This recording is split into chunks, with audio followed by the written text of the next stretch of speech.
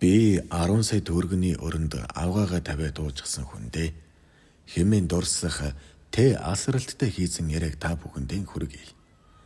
Хулгай хэрэгээр шоронд олон жил ял идэлсэн тэ асралт гихчээр 2000 онд шоронгоос суллагджээ. Тэрний ихнэр Тоя гэгч царайлаг хүүхэн асралтыг шоронд байхад нь байнга эргэж дойрч тэрнийг бүтэн 8 жил хүлээжээ. Асралт шоронгоос суллагдаад багын найз Даашка дээр очтол тэрбээр тэрнийг жигтэйхэн сайхан угтаж амьдрал ахуйгаа өөдөн датгээд 10 сая төгрөг зээлдүүлсэн байна. Гэтэл энэ нь цаанаа нарийн учиртай байж. Энэ тухай асралт ийхүү ярьсан юм.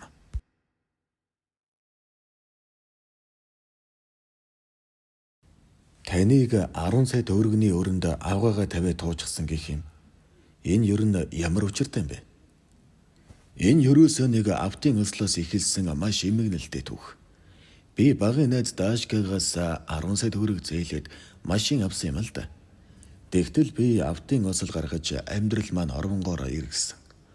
Гисэр сүмийн уулзуур дээр нэг муу юм би өвгөн бензний араас орчихсан юм. Гүй, эрүүлээс мөртлөө дэрэгдэх хүнтэйгээ буухалж яваад өмнөг тэрэг гэрэлд хаагдсныг нь хараагүй. Өдөөж гаруй бүрүү болж байсныг ч хэлэх үү, нэг л мэдхэд нүүрэн дээр шахуу 2 том улаан гэрэл маналцаад ирэхэд тоорунцаа гიშгсэн ухаантай. Тэгээд л будаа болсон доо. Тэргэнд хүн амтан гимцсэн нөө. Өвгөн бензийг нэг яхэр өвгөн барьчихсан. Эхнэрээ дэрэгдээ суулгаад явж байсан юм билээ л дээ.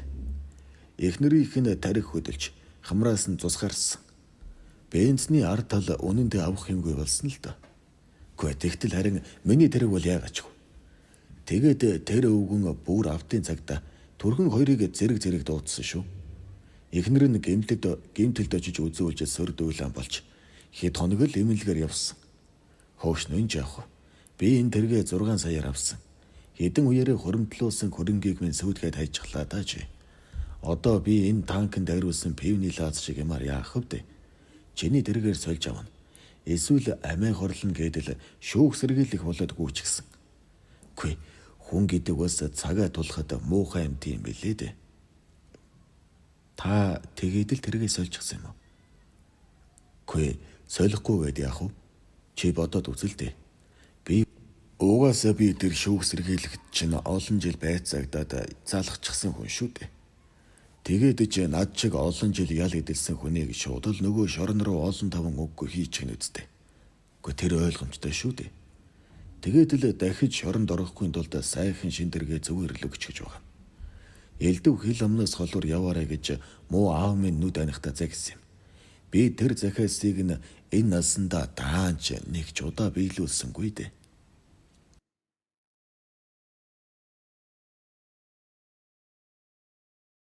Тэгээ та шинэ машинаараа сольж авсан нөгөө мө бензэ яасан бэ? Засуулмар болоод унсан. Харин ч их хүл дүүжилсэн дэх хөрхий. Тэр хөгшин угаасаа бензин дээр мөнгө нэмж өгөөд УАЗ 469 авах бодолтой байсан гэж хожим нь хүнээс дуулсан л да. Гүй, гайл байхгүй юу?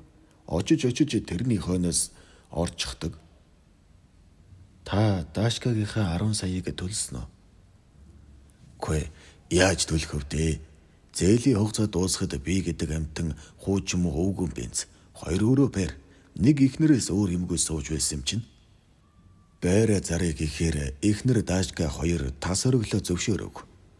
Машина өгөх гэхээр эвдэрхий ямби юмар чинь яах юм бэ гин. Тэгээд л би хадан тавьжуулагдсан халууны цулцаг гэж л болсон доо. Даашка өдөр бүр өрөө нөхөж ирээд шалаад суучихна. Гүй, заримдаа бүр манайд хонно гэж.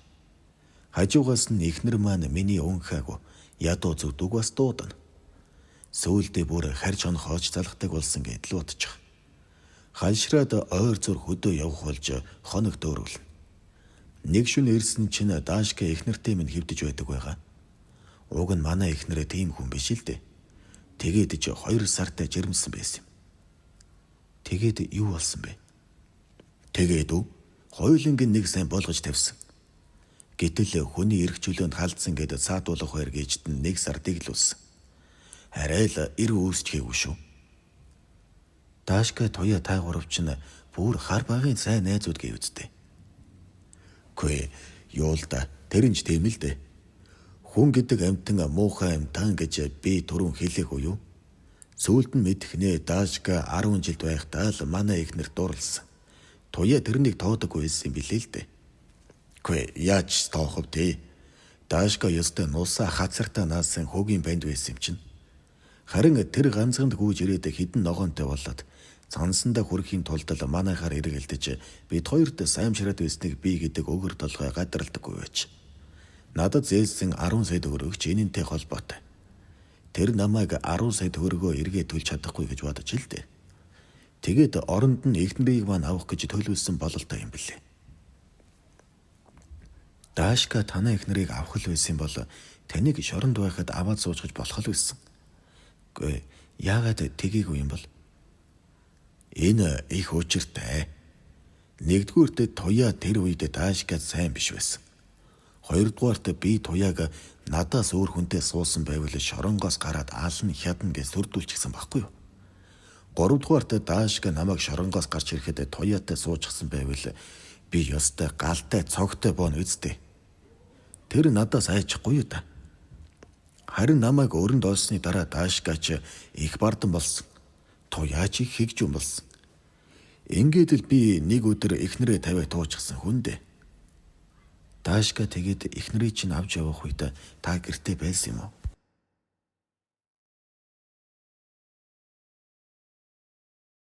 Би гэртээ байлгүй яах вэ? Наадмын дараа гурвуулаа манай гэртээ бүтэн 7 хоног идэж ууж өөлж дуулцгаасан. Дотор сэтгэлээ нээж элен далангуй ярилцах, хүм хүнтэйгээ эв зүгээ олох, ойлголцох чинь их сайхан юм билээ л дээ.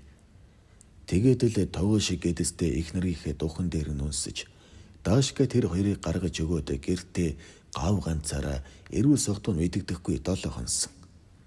Даашкаг эргэж ирээд зэмлээгүй бол би бараг л өөхөх байсан биз дээ. Гэхдээ ерөө эхнэрийн чинь хевлээдэх үрдийг авчхад бас эргэж ирж таныг загнасан хэрэг үү? Гэхдээ тэгэлгүй яах вэ? Тэрний зөвл дөө.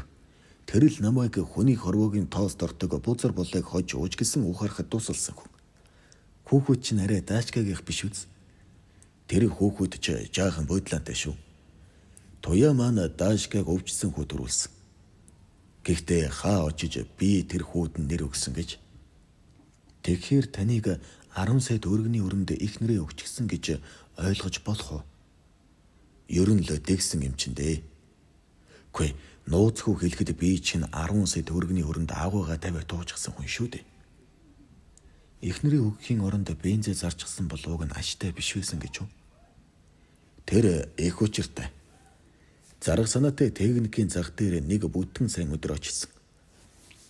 Ганц хоёр хүн сонирхсон боловч аваагүй. Дааг хүрээ зах дээр нэг очиод зарагдахгүй бол дахиж очиод нэмэрх. Хуучин тэргийг бол нэг л ноотойгод ас удагчгүй юм билээ. Дээр нь Даашка шургачсан гэсэн. 10 сая төгрөгнийхөө оронд эхнэрийг маань авах гэж л тэр шүү дээ. Гүй эн чи юу гэсэн үг вэ?